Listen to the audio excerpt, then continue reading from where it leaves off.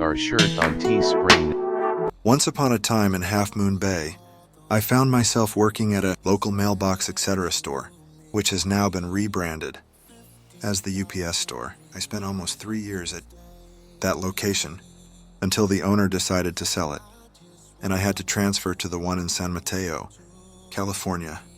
If only I had a warning back then to steer clear of this new place. But at the time, it seemed like a better option than where I was working before at McFugel's, which later became Big Lot. Dealing with the owner at the previous store was like walking into a minefield. He had a short temper and was going through a nasty divorce, making every interaction a potential explosion. To make matters worse, when I started working there, he promoted his assistant to manager. Let me paint a picture of this. Manager for you, he was like a real-life Sheldon Cooper from The Big Bang Theory, minus the intelligence. Needless to say, I had no respect for him, despite his constant attempts to prove himself.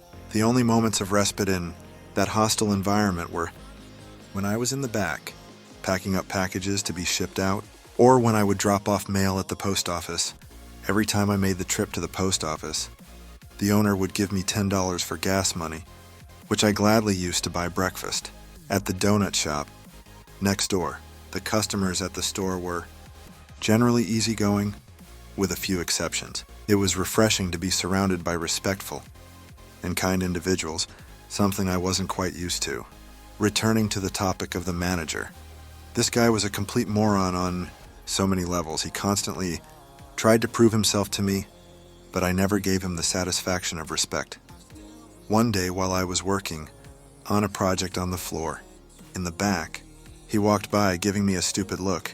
In a feeble attempt to assert his dominance, he threatened to trip me and kick my ass, hoping to get me fired.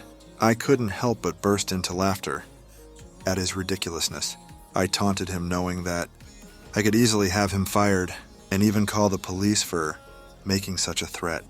Working with both of them was a constant battle, as I never knew what sort of hostility and unpredictability I would encounter each day.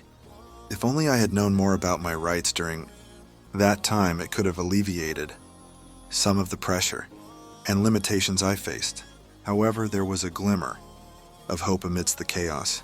One day, the owner took me and the manager to dinner and shared the news that he was selling the store. We were going to be transferred to the new location in San Mateo.